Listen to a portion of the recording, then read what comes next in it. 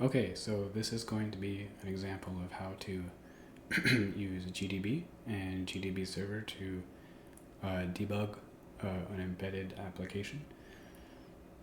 So the context here is that we have this simple program here that calculates the root of a quadratic equation every second.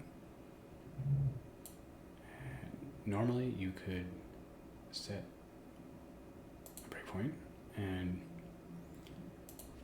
provided you built your app with debug information with -G,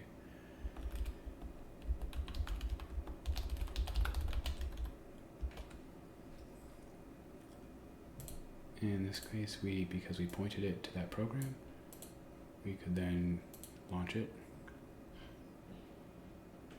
set a breakpoint, and then you could see all your variables. But sometimes what can happen is you don't know the program you're working with. So in this case, let's say the screen on the right is a remote machine and the left is your host machine, and maybe you can't install GDB for permission issues, you don't have access, or it's a machine that just doesn't have the horsepower for it.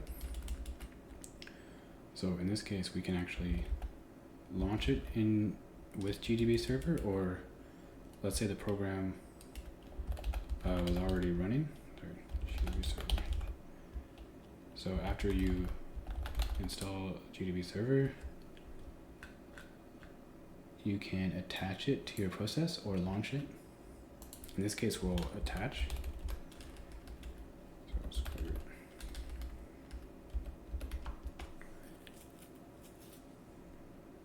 oh, whoops, I forgot to set it in the background. That's okay. So then we say gdbserver, and normally you would put in the network you want to attach over, like the IP address or the name, and then the port number. But in this case, we're just going to, because it's local, we just need the port number, and we specify that we're attaching to a process that's already running, and we give it the ID 21448.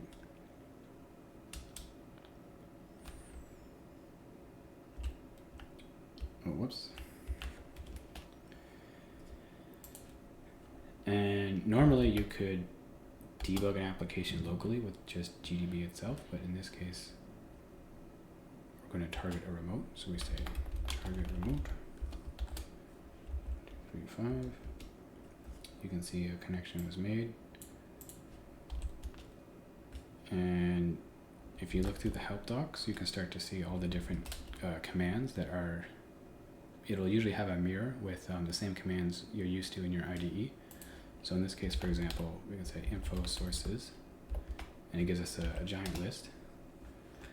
And let's say you want to narrow it down, so you can say info sources only C++ files, and then we want to set our breakpoint. Let's say this file looks suspicious, so we can say break root finder 14.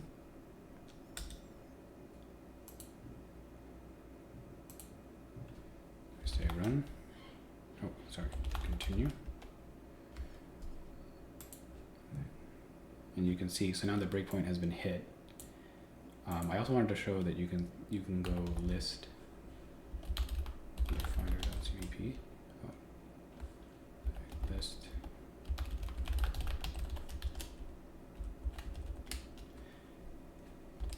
And now you can actually see the file within the source list to make a decision about where you want to put a breakpoint.